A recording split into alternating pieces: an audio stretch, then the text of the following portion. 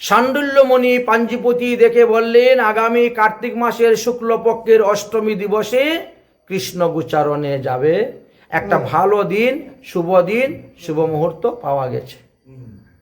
গোপাল তো বড় আনন্দ, সেই দিনের আশায় তিনি আছেন। ওই দিন আমি গোচারণে যাব, সব দিকে নিমন্ত্রণ দেওয়া হয়ে গেছে। তিনার বন্ধু যত ছিল তারাও সবাই তৈরি, গোপাল তোর সঙ্গে আমরাও গোচারণে যাব। দেখতে দেখতে দেখতে দেখতে সেই শুভ দিন, শুভ সময়, শুভ মুহূর্ত এসে উপস্থিত হয়ে গেল। বুঝেছেন? হয়ে গেল। তাই সব গোপগণ গোপীগণ এসে উপস্থিত হয়ে গেছেন। হয়ে বলছেন, আজকে সুন্দর করে গোপালকে সাজিয়ে দাও, গোপাল আমার গোচারণে যাবে। ভালো করে সাজিয়ে দে মা, আমরা গোচারণে যাই। সব রাখালরা এসে মা যশোদাকে বলছেন, ভালো করে সাজিয়ে দে মা, আমরা গোচারণে যাই। সব রাখালে যাব মাগো, সব রাখালে যাব মাগো, সঙ্গে লইয়া ভাই কানাই। ভালো করে সাজিয়ে দে মা, আমরা গোচারণে যাই। বনে বনে চরবে ধেনু, মধুর সুরে বাজবে বেনু। বনে বনে চরবে ধেনু, মধুর সুরে বাজবে বেনু। রাখাল সঙ্গে খেলবে কানু, রাখাল সঙ্গে খেলবে কানু। দেখবে যে মা তোমার বলাই, ভালো করে সাজিয়ে আমরা গোচারণে যাই। কানুকে সাজাইয়া রাজা, আমরা সবাই হব প্রজা। কানুকে সাজাইয়া রাজা, আমরা সবাই হব প্রজা। ধবলি সাবলি সাথে মা, ধবলি কাবলি সাথে মা। ভাইকে নিয়া খেলব সবাই, ভালো করে সাজিয়ে দে মা, আমরা গোচারণে যাই। সুখের রাজ্যতে জি মাগো, গুটের রাজা ফিরিবে যে গো। সুখের রাজ্যতে জি মাগো, গুটের রাজা ফিরিবে যে গো। ননি হাতে তুমি মাগো, ননি হাতে তুমি মাগো। ডাকবে আইরে কানাই বলাই, ভালো করে সাজিয়ে আমরা গোচারণে যাই। ভালো করে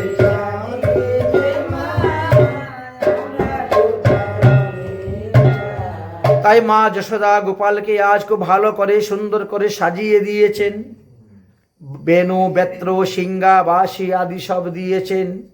খেলার জন্য কন্দুক আদি বলও দিয়েছেন। আবার দুপুরবেলা ক্ষুধা লাগলে খাবে, এই জন্য কিছু খাবারও দিয়ে দিয়েছেন টিফিন ভর্তি করে। এবার গোপাল রওনা হচ্ছেন। মা যশোদা বলছেন, বাবা কানু তুমি তো ছোট, তাই ছোট ছোট গাভীর বাছুরগুলাকে নিয়ে যাও গোচারণ করতে। বড় বড় গাভীদের কাছে যেও না, সব গাভী সমান নয়। কোনো কোনো গাভী আছে ধুস মেরে দেয়, কোনো কোনো গাভী আছে লাথি মেরে দেয়, বলা যায় না। ওই কালো রঙের আছে ধেনু, শ্বেতায় না যাইও কানু। আগে দেখাই দিচ্ছেন কোনটা কোনটা দুষ্ট গরু, দেখাই দিচ্ছেন। ওইটা আছে, ওইটা আছে, ওই খবরদার এইগুলোর কাছে যাবি না। কালো রঙের আছে ধেনু, শ্বেতায় না যাইও কানু। কখন মেরে দিবে ঢুস, ঢুস নেই। অতএব বাবা বড় গরু একটাও নেওয়ার দরকার নাই, ছোট ছোট গাভীর বাছুর নিয়ে যা, বেশি দূরে যাবি না। কাছাকাছি থাকবে, বাঁশি বাজাইবে, আমি যেন ঘরে বসে শুনতে পাই বাঁশির ধ্বনি। বলেছেন, এই জন্য ভগবান সর্বপ্রথম মাত্র 2 কিলোমিটার দূরে গোচারণ করতে গিয়েছিলেন। হ্যাঁ, গোচারণ বেশি দূরে যান নাই, গিয়েছেন টেরি কদম্বে গোচারণ করতে গিয়েছেন। আমরা গিয়েছিলাম তো। টের মানে আওয়াজ, আওয়াজ। ওখান থেকে ডাকতেছে কানাই কানাই, এই যে আওয়াজ দিচ্ছেন, এই জন্য এই কদম গাছের নিচ থেকে কৃষ্ণকে টের মানে ডেকেছিলেন, এই জন্য তার নাম টেরি কদম নাম পড়েছে। আচ্ছা, গোপাল আজ রওনা হয়েছেন। মহাজনগণ গোপালের এই বাল্যলীলাকে নিয়ে কত সুন্দর সুন্দর পদ গান রচনা করেছেন। আজ ছুটি ছুটি গাইয়া ছুটে ছুটে গ্বাল, ছুটি ছুটি গাইয়া ছুটে ছুটে গ্বাল, ছোট সুমের মদন গোপাল, ছোট সুমের মদন গোপাল।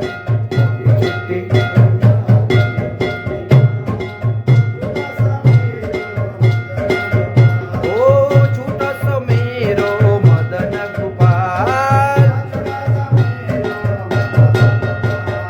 আগে আগে গাইয়া পিছে পিছে গ্বাল, আগে আগে গাইয়া बीच में मेरो मदन गोपाल, बीच में मेरो छोटी छोटी गैया छोटे छोटे ग्वाल, छोटी छोटी छोटा सा मेरो मदन गोपाल, छोटा काली काली गैया गोरे गोरे ग्वाल, अरे काली काली गैया गोरे गोरे ग्वाल, श्याम बदन मेरा मदन गोपाल, श्याम बदन मेरा। छोटी छोटी गैया छोटे छोटे ग्वाल, छोटा सा मेरो मदन गोपाल, खाबे गैया दूध पीबे ग्वाल, ओ घास खाबे गैया दूध पीबे ग्वाल, माखन खाबे मेरो मदन गोपाल, माखन। और छोटी छोटी गैया छोटे छोटे ग्वाल, छोटी छोटी छोटा सा मेरो मदन गोपाल, छोटी छोटी लपुटी छोटी छोटी हाथ, बंसी बजावे मेरो मदन गोपाल, और छोटी छोटी गैया छोटे छोटे बाल, छोटी छोटी छोटा सा मेरो मदन गोपाल, बोलो मदन गोपाल भगवान की। এইভাবে শ্রী গোবিন্দ আজ গোচারণ লীলায় বেরোলেন। যত দিন যাচ্ছে সাহস বাড়তেছে, আরেকটু দূরে আরেকটু দূরে আরেকটু দূরে যাচ্ছেন। কংস শুনতে পেয়েছে, বলে এই তো সুযোগ এখন কৃষ্ণকে মারার। এতদিন তো নন্দগ্রামে ছিল, ওখানে তো কোনো অসুর যেতে পারবে না, অসুর গেলেই তো মরে যাবে, ও তো অভিশাপ দেওয়া আছে মহাদেবের। এইবার যখন গোচারণ করতে বেরিয়েছে, এই সুযোগ হয়েছে গোচারণই তাকে মেরে ফেলে দেওয়ার। প্রথমেই পাঠাইলেন বৎসাসুর। হে বৎসাসুর, যাও কৃষ্ণকে মেরে আসো। বৎসাসুর তখন কি করলেন, বৎসের রূপ ধারণ করলেন। গরুর বাছুরের বৎস বলা হয়। গরুর বাছুরের রূপ ধারণ করে তিনি এসে আস্তে আস্তে ভিড় চড়ছেন, কাছে যাবেন, গিয়ে কৃষ্ণের সঙ্গে যুদ্ধ করে মারবেন। কিন্তু ওর আগেই তো ভগবান বুঝে নিয়েছে। যখনই কৃষ্ণকে মারতে গিয়েছে, কৃষ্ণ এমনি পা দুটা ধরে ঘোরাতে শুরু করেছে। ঘোরাতে ঘোরাতে ছেড়ে দিয়েছে, রক্ত বমি করে নাকে মুখে বেরিয়ে মেরে মরে গেল অসুর। সকারা সব হই হই রই রই করে, কৃষ্ণ আজকে মস্ত বড় একটি অসুর মেরেছে। বুঝলে, বাড়িতে এসে সবাইকে বলছেন সব সকারা, আজ কৃষ্ণ একটা বিরাট বড় অসুরকে মেরে দিয়েছে, হ্যাঁ, বৎসাসুরকে বধ করেছে। পরীক্ষিত মহারাজ বলেন, গুরুদেব, এই বৎসাসুর পূর্বজন্মে কে ছিল? কোন পাপের পরে বৎসাসুর হয়ে এসেছিল? পরমহংস শিরোমণি সুখদেব গোস্বামী পাদ বললেন, এই বৎসাসুর পূর্বজন্মে মুকরা সেনের পুত্র প্রমীর ছিল। সে একটা দৈত্য ছিল, প্রমীর নামক দৈত্য।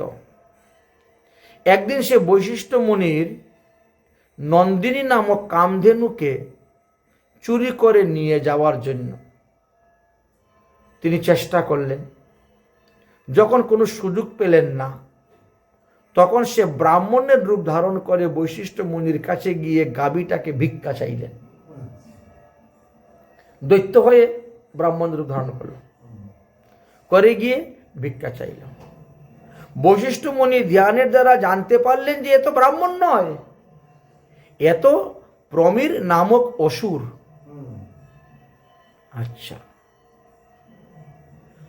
তো বলছেন, আচ্ছা ব্রাহ্মণ দেব, আপনি গাভী নিয়ে কি করবেন? বলে, গাভীর দুগ্ধ খেতে আমি বড় ভালোবাসি, এই জন্য গাভীটা চাচ্ছি, দুগ্ধ পান করতে ভালোবাসি। তো বলে, তো গাভীর দুগ্ধ পান করতে যখন ভালোবাসতে, যাও বৎসাসুর হয়ে থাকো, খুব গাভীর দুগ্ধ পান করো। ওই অভিশাপের কারণে তিনি বৎসাসুর হয়েছিলেন, বুঝেছেন? তাহলে দেখেন, এই জন্য নিচ বর্ণের থেকে উচ্চ বর্ণের পরিচয় দিতে নাই, করতে নাই, নিয়ম আছে, নিষেধ আছে, কিন্তু আজকালকে মানুষের প্রতিষ্ঠার জন্য করে। যাই হোক, পরে যখন চরণে পরে ক্ষমা চাইলেন, তখন বলে, যাও ভগবান শ্রীকৃষ্ণের হাতে মরবে, মুক্ত হবে, ততদিন থাকো বৎসাসুর হয়ে। তাই এতটা বৎসর তিনি বৎসাসুর হয়েছিলেন।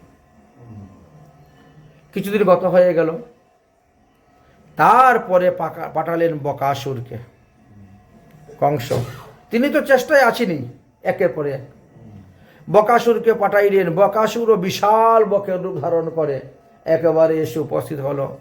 সবাই তো বক পাখি দেখে খুব আনন্দ, দেখ দেখ কি সুন্দর বক পাখি, কত ভালো, চল চল চল কাছে যাব।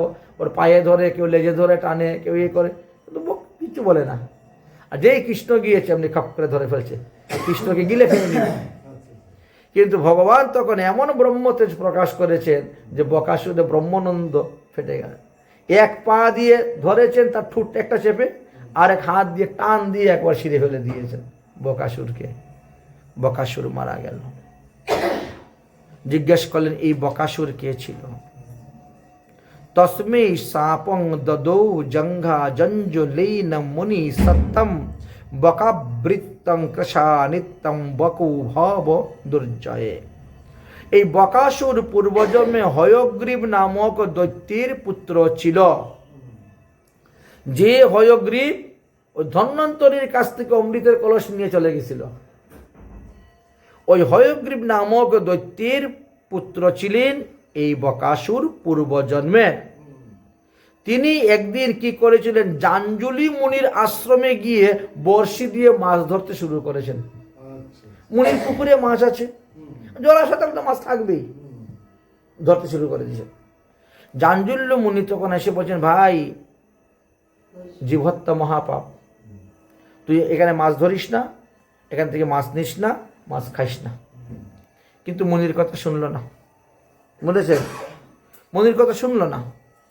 মুনি তখন রেগে গিয়ে অভিসম্পাদ দিলেন, যা, তোর যখন মাছ খাওয়ার ইচ্ছে তো বক হয়ে থাক গিয়ে, হ্যাঁ, তোর যখন এতই মাছ খাওয়ার লোভ, তো বড়শি দিয়ে মাছ ধরবে কেন? যা, বক হয়েই থাক, খা মাছ, বক ধর। ওই তখন চরণে পরে ক্ষমা চাইল, কিন্তু চাইলে কি হলো, অভিশপ্ত হয়ে গেছে। তো যা, ব্রজে ভগবান শ্রীকৃষ্ণ যখন অবতীর্ণ হইবেন, তার হাতে মরবে, তবে উদ্ধার হইবে। দেখেছেন? এইভাবে তাহলে সাধুদের একটি হলো নিগ্রহ, আর একটা হলো অনুগ্রহ। দুটাই কিন্তু লাভ, অভিশাপ দিলেও লাভ আর আশীর্বাদ দিলেও লাভ, দুটাই। ভালো করে বিচার করে দেখবেন, তাহলে তো লাভ আছে, কঠিন নেই।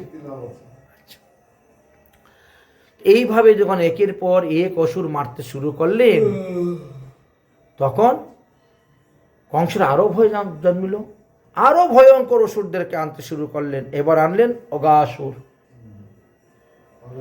অগাসুরকে এনেছেন। অগাসুর তো বিশাল বড় অজগরের রূপ ধারণ করে, ঠুট আর আকাশে এই তো বড় হাঁ করে বসে আছে, বিশাল বড় পর্বতের গুফা বলে মনে হবে, বিশাল দেহ, বিশাল। তো সকারা তো এক এক দিন এক এক বনে গোচারণ করতে যাচ্ছে, এত বনের নামও জানে না, কোনো দেখেও নাই। কারণ 84 ব্রজমণ্ডলের মধ্যে 12টা মহাবন আর 32টা উপবন আর 24টা কানন। বন, মহাবন, উপবন, কানন, বুঝেছেন? তো এইভাবে, তো যার ফলে নতুন নতুন জায়গায় যাচ্ছে, বুঝতে পারছে না। আরে আরে দেখ দেখ দেখ কি সুন্দর রে রাস্তা, কি সুন্দর তুলতুলে, তুলার ভিতরটা কি সুন্দর লাল, গরম গরম দেখা যাচ্ছে রে, আয় আয় বন্ধু এর মধ্যে ঢুকে একটু বসি। ভগবান তো ঢুকতেছেন না, আর ভগবান না ঢুকে বন্ধু মুখও বন্ধ করবে না, ও মুখ বসে বসে আছে। ভগবান বলছে ঠিক আছে বন্ধু, ওর ভিতরে আগে খাওয়া দাওয়া গুলা তো গাছের মধ্যে ঝুলিয়ে রাখ, প্রত্যেকের খাওয়া দাওয়ার দ্রব্য গাছের মধ্যে ঝুলাও, ঝুলিয়ে রেখে গিয়ে ওখানে গিয়ে বসো। ঠিক আছে, সবাই বসে আছেন। ভগবান তো চিন্তা করছেন আমি না গেলে তো মুখ বন্ধ করবে না, তাই ভগবান সবার শেষে গেলেন, যাওয়ার সঙ্গে সঙ্গে মুখ বন্ধ করে দিয়েছে। আর মুখ বন্ধ করেই একেবারে উলট পালট করা শুরু করে দিয়েছে। ওর ভিতরে যারা ছিল জামভর্তা হয়ে যাচ্ছে, এদিক থেকে ওদিকে পড়তে পড়তে হেলে ডুলে অজ্ঞান, শ্বাস বন্ধ হয়ে গেছে, সব মারা গেলেন। ভগবান তখনই ব্রহ্মতেজ প্রকাশ করলেন। এই অগাসুরের ব্রহ্ম তালু ফেটে গেল, ব্রহ্মরন্ধ্র ফেটে গেল, তার প্রাণ বেরিয়ে গেল, মরে গেল। ভগবান তার মুক্তিকে বের করলেন, বের করে সকাদেরকে অমৃতময় দৃষ্টির দ্বারা ভালো করে দিলেন, সুস্থ করে দিলেন। কিন্তু এই ঘটনাটা জানতে পারলো ব্রজের লোক 1 বৎসর পরে।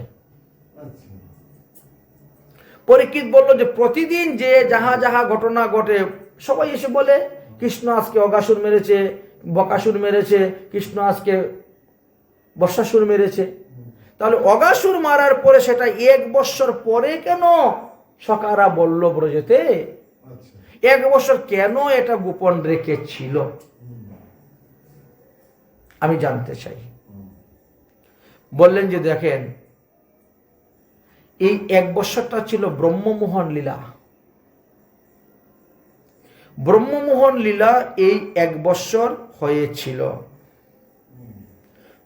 ব্রহ্মমোহন লীলা মানে অর্থাৎ যেদিন অগাসুর বধ করা হয়েছিল, অগাসুরকে বধ করার পরে তো সবাইকে সুস্থ করে দিয়েছেন, ভালো করে দিয়েছেন। এবার সবাই মিলে খাওয়া দাওয়া করবে। খাওয়া দাওয়া করার জন্য যখন বসছেন তখন ভগবান শ্রীকৃষ্ণ বলছেন, মধুমঙ্গল, প্রতিদিন তো তুমি আমাদের ঘরের খাবার খাও, কিন্তু আজকে আমার ইচ্ছা তোমাদের ঘরের খাবার খাবো। অতএব যাও যাও মাসিমাকে গিয়ে বলো আমার জন্য কিছু খাবার বানিয়ে দেওয়ার জন্য। মধুমঙ্গল ঊর্ধ্বশ্বাসে রওনা হলেন, গিয়ে বলছেন, ওমা, কৃষ্ণ তো আজকে বায়না করেছে যে আমাদের ঘরের খাবার খাবে, অতএব কি আছে দাও। তিনি বলছেন, বাবারে ঘরে তো কোনো কিছুই নাই, আর তোমার বাবা গেছেন ভিক্ষাতে, ভিক্ষা করে আসবে, তারপরে রান্না হবে, এত তো বেলা চলে যাচ্ছে, যাবে, অতক্ষণ তো গোপাল থাকবেও না উপবাস। তাই একটা কাজ করা যায়, ওই কয়েকদিনের বাসি দই আছে ঘরে আমাদের, ওই বাসি দই দিয়ে একটু করি বানিয়ে আমি দিয়ে দিচ্ছি। দেখো, দই যত পুরানো হবে করি কিন্তু তত স্বাদ হয় খেতে, বাসি দই। এই জন্য তিনি করি বানালেন, করি বানিয়ে দিলেন। মধুমঙ্গল চিন্তা করছে, এই যে করি নিয়ে যাচ্ছি, ও তো তাজা তাজা দইয়ের করি খায়, রাজার ছেলে তো, আর বাসি করি দইয়ের করি ও তো টক হবে বেশি।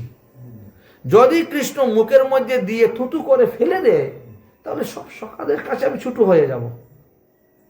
কি জিনিস আনলি, খেতেই পারলো না, লজ্জা পেয়ে যাব। তার থেকে বরং আমি একটু আগে খেয়ে দেখে নিই কেমন হচ্ছে, ভালো হয়, স্বাদ হয়েছে কিনা।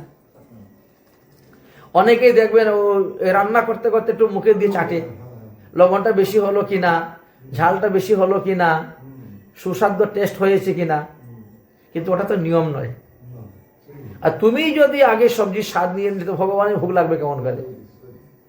এই জন্য যারা ভক্ত তারা কখনো এটা করে না, বুঝেছেন, নিজেই জিহ্বা দিয়ে কখনো স্বাদ চেক করে না দেখার জন্য। তো মধুমঙ্গল তো হলো সৈক্য রসের উপাসক, তার ব্যাপার আলাদা। আমাদের রস তো আলাদা, শান্ত, দাস্য, সৈক্য, বাৎসল্য, মধুর। এবং সৈক্য রসের উপাসকের ক্ষেত্রে এটা দোষ নয়, কিন্তু দাস্যর ক্ষেত্রে দোষ আছে। তুমি দাস হয়ে প্রভুর আগে খাও কেমন করে, তুমি স্ত্রী হয়ে স্বামীর আগে খাও কেমন করে, এই যে দোষ আছে। এই জন্য আমাদের ক্ষেত্রে নিষেধ। মধুমঙ্গল মুখে দিয়ে দেখে, বাহ, বেশ তো স্বাদ হয়েছে, দারুণ স্বাদ হয়েছে।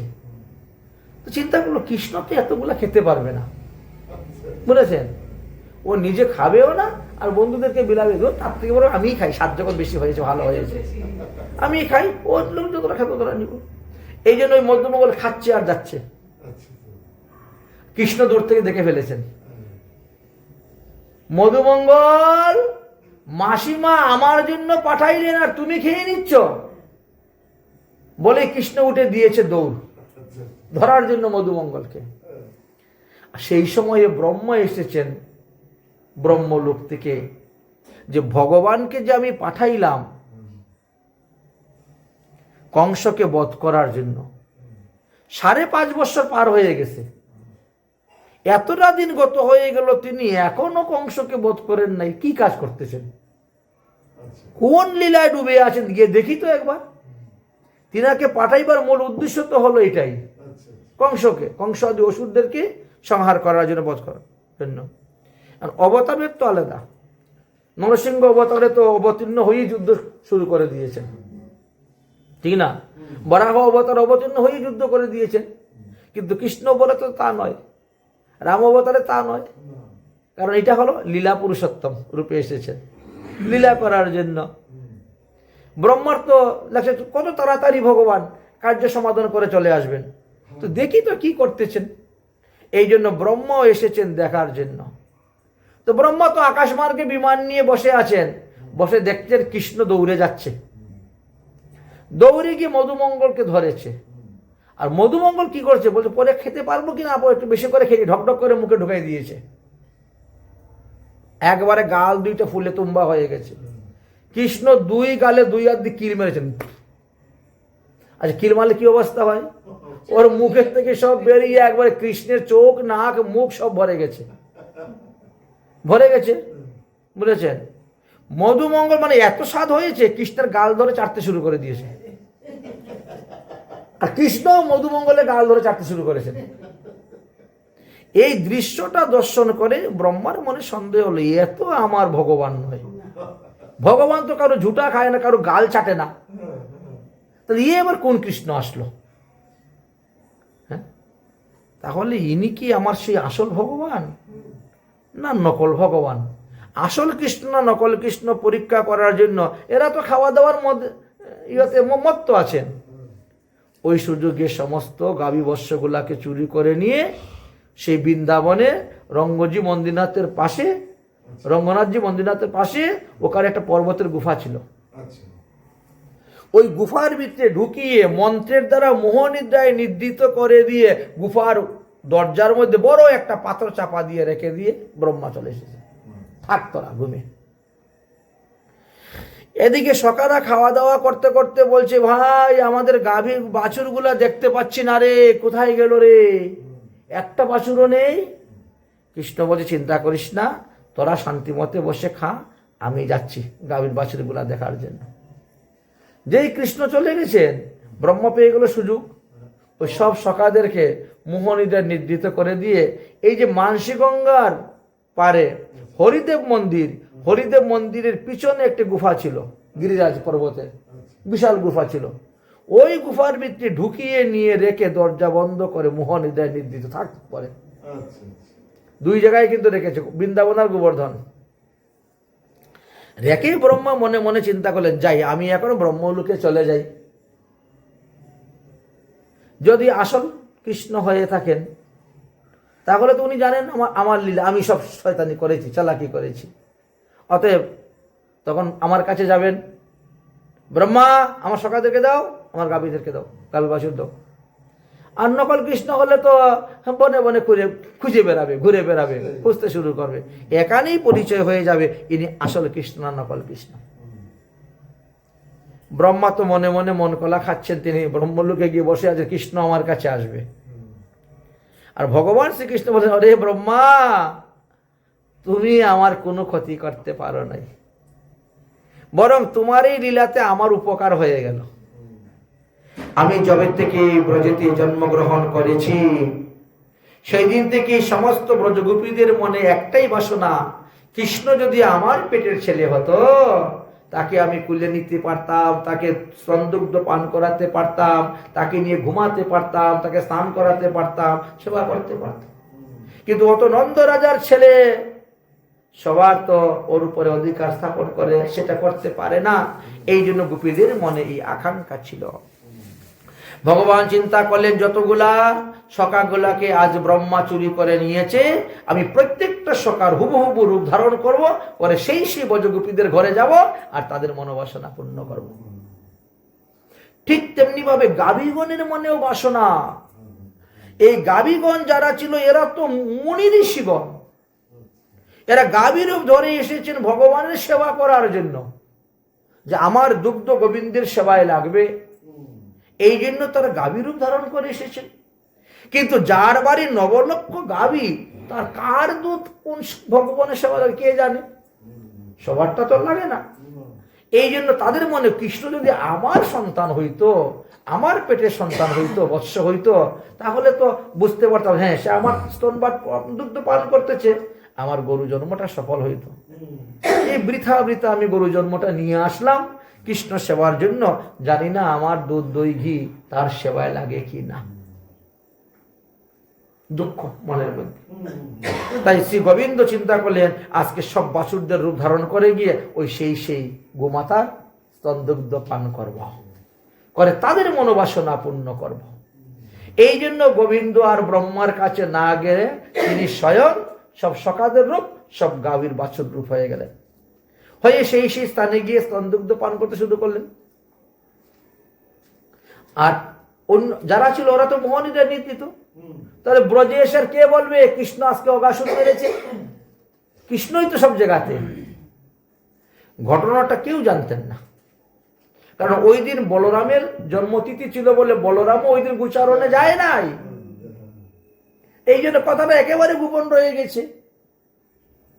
কিন্তু পূর্ণমাসী যুগমায়া দেবী জানতেন। যুগমায়া দেবী দেখলেন যে এখন শ্রী গোবিন্দ বিভিন্ন রূপে ব্রজের প্রত্যেকটি বাড়িতে অবস্থান করতেছে, সখাদের রূপ ধারণ করে। এই সুযোগে ব্রজের গোপীদের বিয়ের ব্যবস্থা করাই দিই। পূর্ণমাসী যুগমায়াকে সবাই মানতেন। পূর্ণমাসী যুগমায়া ঢুল পিটিয়ে দিলেন, এই বৎসর এই মাসে যারা যারা তাদের মেয়েকে বিবাহ দিবে তাদের মেয়েগণ সৌভাগ্যবতী হবে, পুত্রবতী হবে, হ্যাঁ স্বামী সোহাগিনী হবে, কত কত মহিমার কথা বললেন। ব্রজবাসীগণ পূর্ণমাসীর কথা শিরোধার্য করে নিয়ে একেবারে সবার মেয়ে বিয়ে দেওয়ার জন্য প্রস্তুত।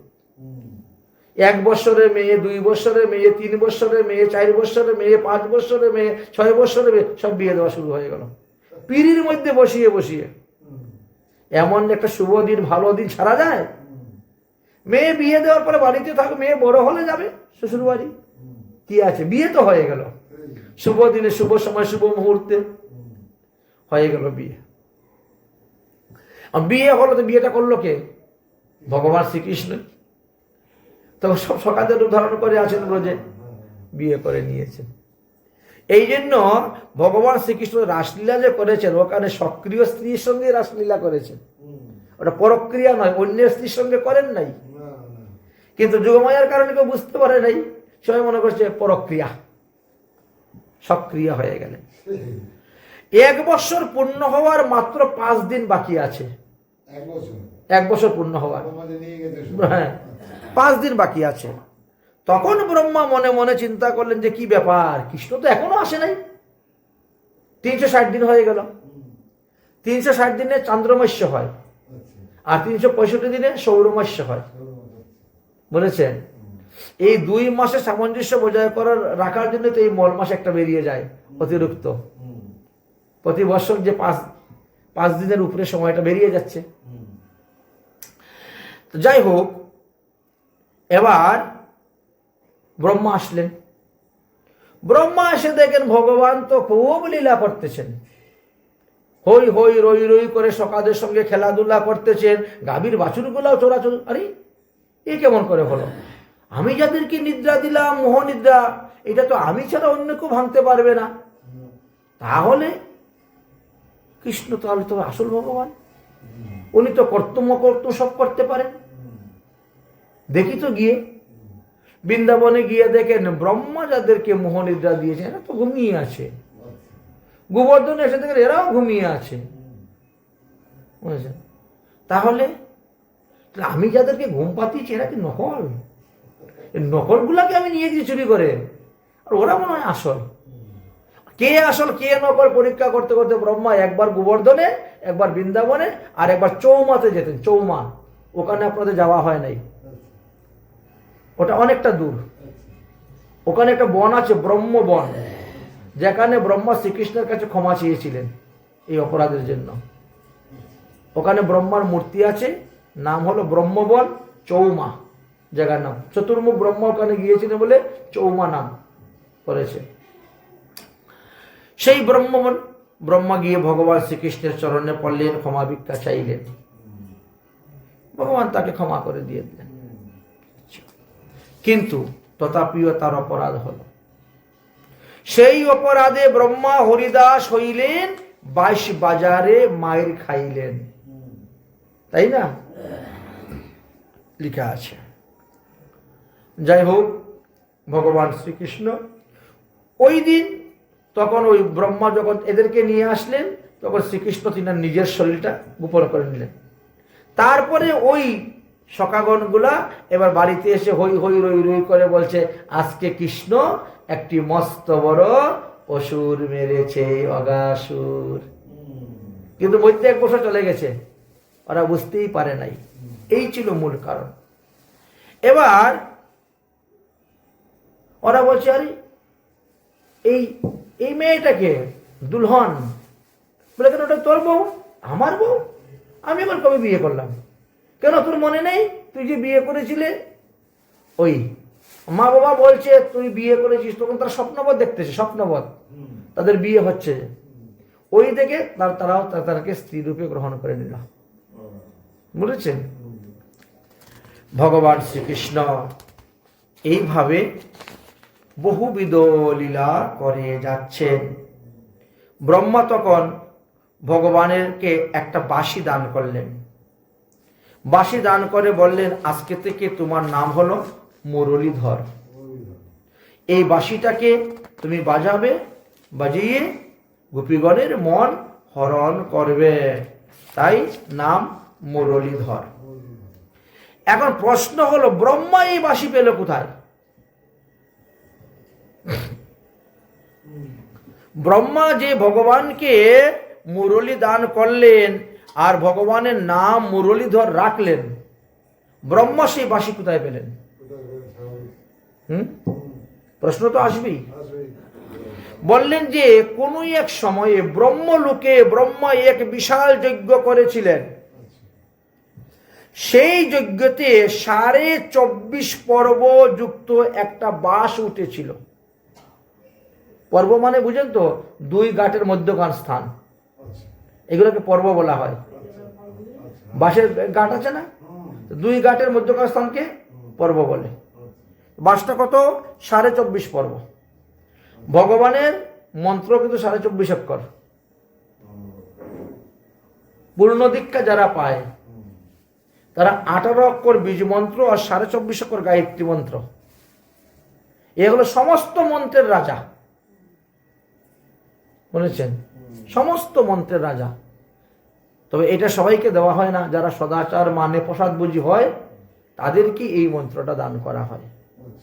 আর না হলে কেউ 2 অক্ষর, কেউ 4 অক্ষর, কেউ 6 অক্ষর, কেউ 8 অক্ষর, কেউ 10 অক্ষর, কেউ 12 অক্ষর দিচ্ছে, বুঝেছেন। এইবার হলো এটা সমস্ত মন্ত্রের রাজা হলো এটা। তো ব্রহ্মা যে যজ্ঞ করেছে সেই যজ্ঞ থেকে 24.5 পর্ব একটি বাঁশ উঠেছে। এই জন্য বাঁশ অত্যন্ত পবিত্র, যজ্ঞকুণ্ড থেকে তার আবির্ভাব বাঁশের, এই জন্য একে বেণুবৃক্ষ বলা হয়। জানা যায় যে রবিবারে এই বাঁশের উৎপত্তি হয়েছিল বলে রবিবারে বাঁশ কাটা নিষিদ্ধ, বাঁশের জন্ম রবিবার। আচ্ছা, ব্রহ্মা তখন কি করবেন? এত লম্বা বাঁশ, 24.5 পর্ব বাঁশ দিয়ে কি করবেন? এক একটা পর্ব তো প্রায় 1 হাতের উপরে লম্বা থাকে, তো 24 মানে 25 হাত লম্বা।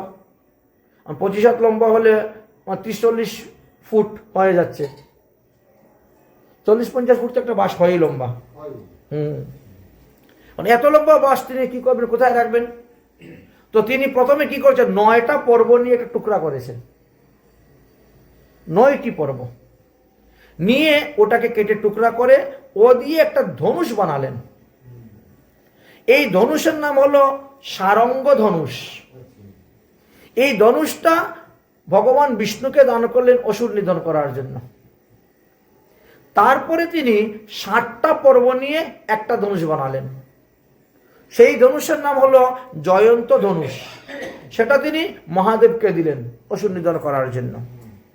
তারপরে 5টি পর্ব নিয়ে একটি ধনুষ বানালেন, এর নাম হলো কুদন্ত ধনুষ, এবং সেটা তিনি দেবরাজ ইন্দ্রকে দিলেন যুদ্ধের জন্য। তারপরে 3টি পর্ব নিয়ে একটি ধনুষ বানালেন, এর নাম হলো গান্ডীব। ওই গান্ডীব তিনি অগ্নিদেবকে দান করেছিলেন। অগ্নিদেব খাণ্ডপ্রস্থ দাহের সময় অর্জুনকে দান করেছিলেন। এই হলো অর্জুনের হাতে গান্ডীব। সেই তাহলে এইভাবে দেখা গেল 4টি ধনুষ বানানো হলো। প্রথমটা 9, তারপরে 7, তারপরে 5, তারপরে 3, হয়ে গেল 24 পর্ব শেষ। এবার রইল অর্ধ পর্ব বাঁশের। এই অর্ধ পর্বকে কি করলেন তিনি? তখন মুরলী বানালেন, বুঝেছেন। 12 আঙ্গুল লম্বা, 12 আঙ্গুল লম্বা এবং অঙ্গুষ্ঠ এই অঙ্গুষ্ঠ পরিমাণ দূর দূর ছিদ্র বানিয়েছেন। বানিয়ে বাঁশি বানিয়ে ওকে তিনি পূজা করে যাচ্ছেন। ব্রহ্মা এতদিন দীর্ঘদিন যাবৎ এর পূজা করলেন, আর আজকে গোবিন্দকে এনে দিলেন। গোবিন্দ এই নাও মুরলী। শ্রীকৃষ্ণ গোচারণে যখন যেতেন তখন তিনি এটা বাজাইতেন। কিন্তু জানা যায় যে ভগবান শ্রীকৃষ্ণের কাছে 3 ধরনের বাঁশি ছিল। একটা ছিল বেণু, একটা মুরলী আর একটা বংশী। 3টা কিন্তু আলাদা।